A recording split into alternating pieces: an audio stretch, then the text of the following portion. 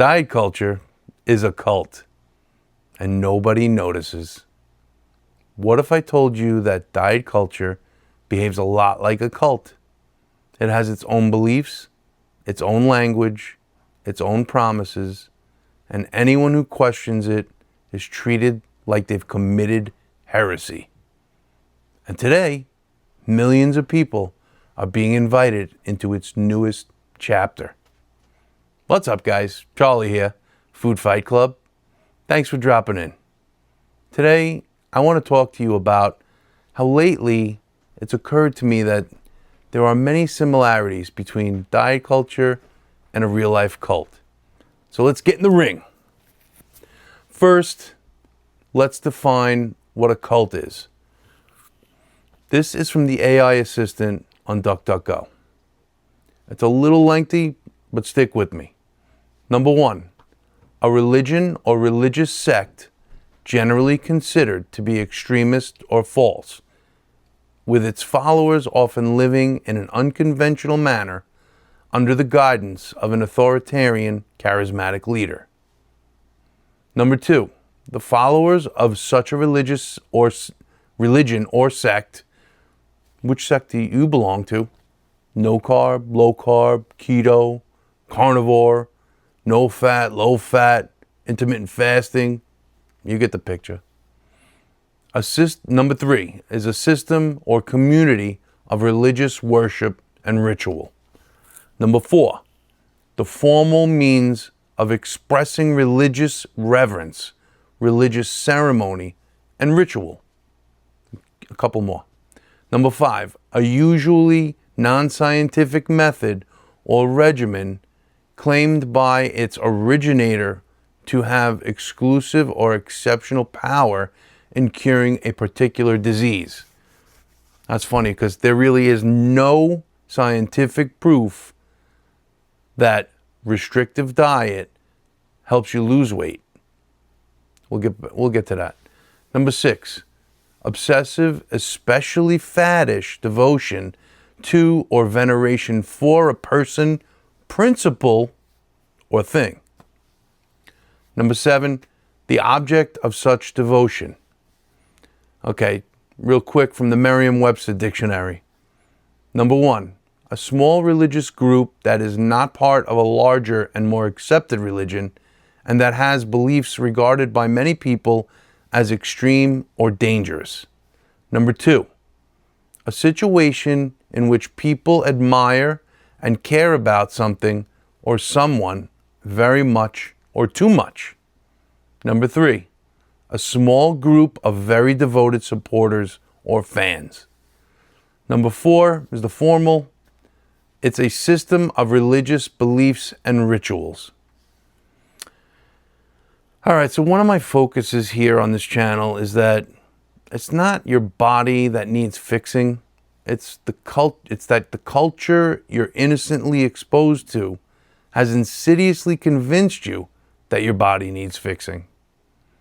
I'm talking about patterns of influence that have been not only passed down from generation to generation, but the advancement of those influences and influencers to the point we're at right now. If you search online for the total revenues of the diet industry, or what I like to call the diet industrial complex, you may find a staggering number in the billions. These numbers are from the AI search assistant, which are year estimated revenues in US dollars.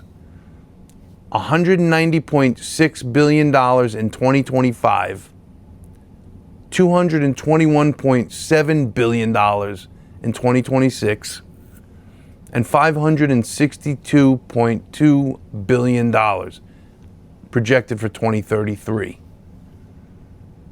Key components of this market: pharmaceuticals. This includes weight loss medications and treatments, diet foods, products specifically designed for weight management, such as meal replacements and low-calorie options, diet programs, structured plans and services aimed at helping individuals manage their weight effectively, and other related products. These may include fitness equipment, supplements, and health coaching services. The genius element to all of this is that it's self-perpetuating. The more you bring people into the cult, the more desire you create, the more unnatural expectations are instituted, the more products are sold. Rinse and repeat. The cult repeats its messages to you. It tells you you're fundamentally flawed. It promises salvation if you follow the rules and buy their products. It creates guilt when you fail. Your failure is blamed on you, not the system. There is always another solution to buy. People who leave often describe feeling liberated. It just keeps getting worse and worse because today's newest promise of salvation isn't just another book or exercise regime, it's a prescription. Now look guys, I've said it before, these GLP-1 medications have legitimate medical uses and have helped many people. That's not what I'm questioning. I'm questioning why are doctors pushing them on regular people with a little bit of weight to lose, or their blood test is a little askew. There's a serious gap between really needing those drugs and not. Okay, but they're being pushed anyway. And their patients are considering taking these drugs without doing any extensive research or serious contemplation. This is not a nonchalant decision, but they think to themselves, oh, I've seen those commercials on TV, it must be okay. Or, oh, so-and-so, like insert, I think, insert the name of the actress or the influencer. I think they were on that.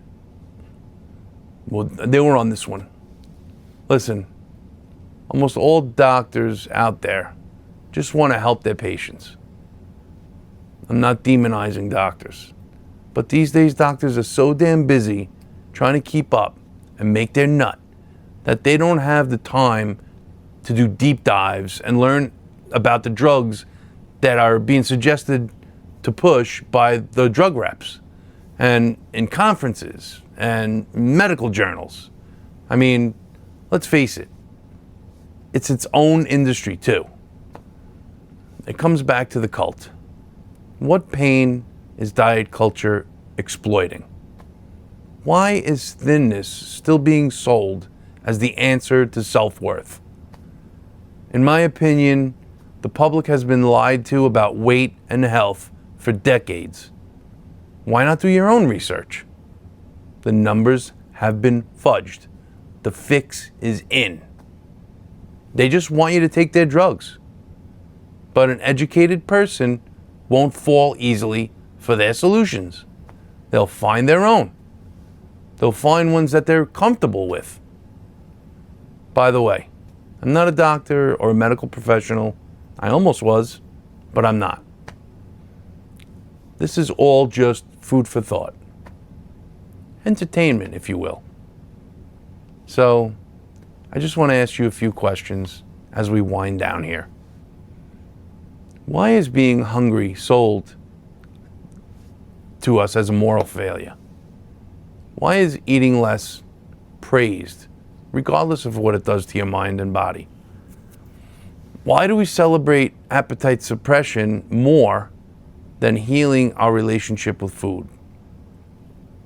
Why is the conversation always about changing our bodies instead of changing our beliefs? And yes, I'm going to say that all the answers to these questions, in one way or another, have something to do with being part of the diet cult. Every cult has one message. Who you are isn't enough, but we have the answer. Diet culture says the same thing. My question is, what if the thing that needs healing isn't your body? What if it's the belief that your body was never enough in the first place? It's time to leave the cult and free yourself from the trappings of their dictatorial ideology and live your life liberated from the pains of the restriction and their oppressive tyranny. Bob Marley wrote this in his lyrics in Redemption Song. He said, "Emancipate yourselves from mental slavery. None but ourselves can free our minds." It's a great line. It's time to explore the only option that can give you back what you've been missing, which is a better relationship with food and yourself. And that option is intuitive eating. Intuitive eating has been scientifically proven, study after study, to be the best option for helping to heal your mental and physical health when it comes to eating behaviors and relationship with food. Last question, guys. Very simply put, are you part of the cult? Think about it. I'm going to leave it here, guys. Thanks again for joining me here. And if you'd like to talk to me one-on-one about leaving the cult and how to do it, click the link in the description and schedule a freedom call. Please don't forget to hit the like button. If this helped you, leave a comment down below. Let me know what you think. And subscribe to the channel. It really helps to spread the awareness. And don't ever forget, compliance gets rewarded, but rebellion is its own reward. Rock on, guys, and be well. Take care.